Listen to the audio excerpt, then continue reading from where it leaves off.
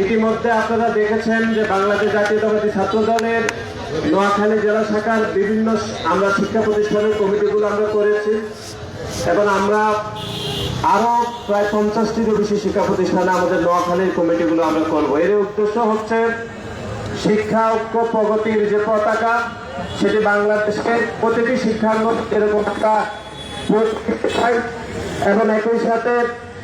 আমরা নোয়াখালীর প্রতিটি শিক্ষা প্রতিষ্ঠানে শুধুমাত্র স্কুল কলেজে নয় বরং মাদ্রাসা পলিটেকনিক্যাল ইনস্টিটিউট প্রতিটি শিক্ষা প্রতিষ্ঠানে আমরা ছাত্র দলের সাংগঠনিক কাঠামোকে আমরা শক্তিশালী করতে চাই। এবং আপনারা জানেন যে গত 15.5 বছর ধরে এই সদর এবং এই সুবর্ণচরে কারা আসলে বাংলাদেশের রাজনীতিকে যারা অবৈধভাবে ক্ষমতা দখল করেছিল তার শেষ প্যারেডটুকু বাংলাদেশ জাতীয়তাবাদী ছাত্রদল সহ যুবদল স্বেচ্ছাসেবক দল আমাদের এখানে তারা নিষ্ঠুর নির্যাতন করেছিল। এবং যারা এই অঞ্চলের সন্তান নয়, এই সদর সুবর্ণচরের যাদের ন্যূনতম কোনো অধিকার ছিল না তাদেরকে জোর করে সদর সুবর্ণচরের জনপ্রতিনিধি বানানো হয়েছিল অবৈধভাবে। এবং আপনারা দেখেছেন 2014 সালের একটি বিনা ভোটের নির্বাচনে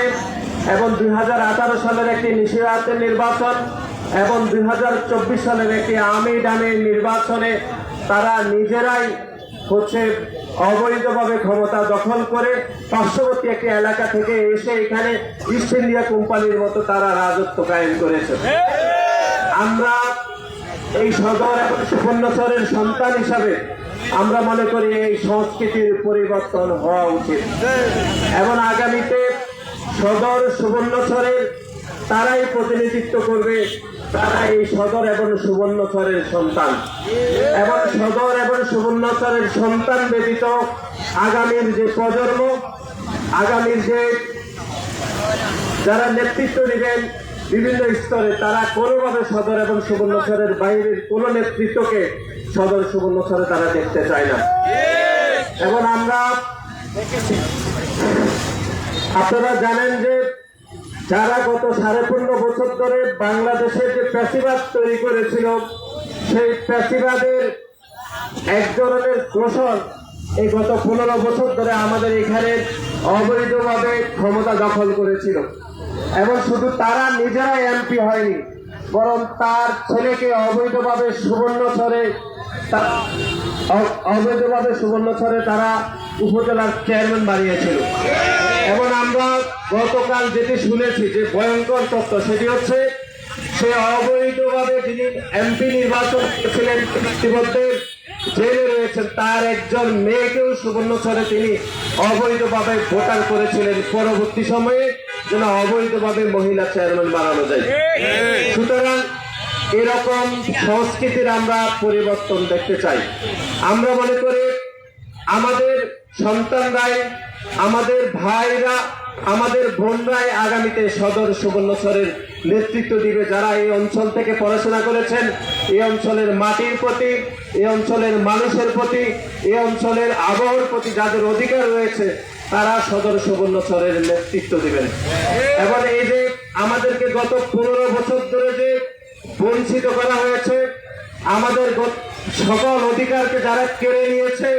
এবং জুলাই এবং আগস্টের প্রকাশ্যে যে আন্দোলন হয়েছিল সেই আন্দোলনে যারা প্রকাশ্যে দিনে দুপুরে গুলিবর্ষণ করেছে তাদের প্রত্যেকের বিচার নিশ্চিত করতে হবে। এবং আপনারা জানেন যে গণ-অভ্যুত্থানে যে কয়টি জেলা প্রকাশ্যে তারা আন্দোলন সংগ্রাম করেছে রাজপথে, নোয়াখালী জেলা কিন্তু অন্যতম। এবং নোয়াখালীতে গত 15 বছরে যে অবৈধ মাফিয়া তন্ত্র তৈরি হয়েছিল, আমরা বিশ্বাস করি এই মাফিয়া তন্ত্র মোটামুটি যদিও সাময়িক সময়ের জন্য এটি অবসান হলো, আমাদেরকে একটি জনগণের ভোটের মাধ্যমে, একটি জনগণের সরকার প্রতিষ্ঠার মাধ্যমে এই মাফিয়া তন্ত্রকে চিরতরে বিদায় করে দিতে হবে। সংগ্রামের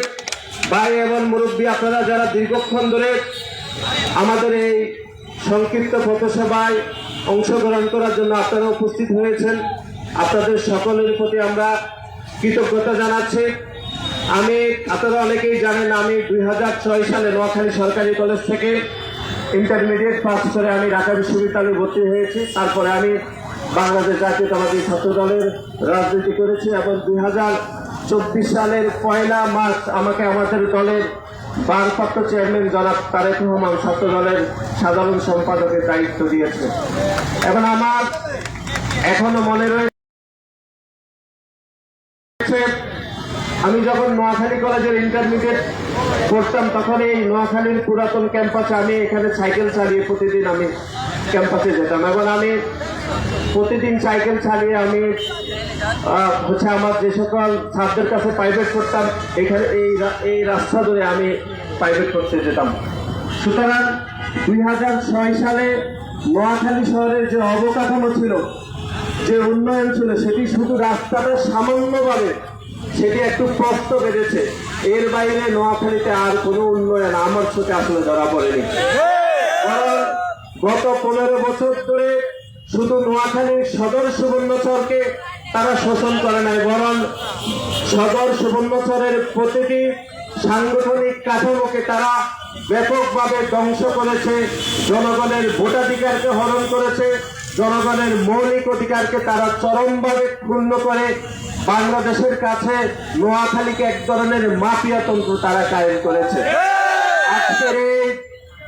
আজকের এই পথসভা থেকে আমরা আওয়ামী লীগের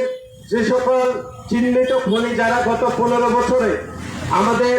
ছাত্রদল, যুবদল, স্বেচ্ছাসেবক সহ এবং জুলাই এবং আগস্টে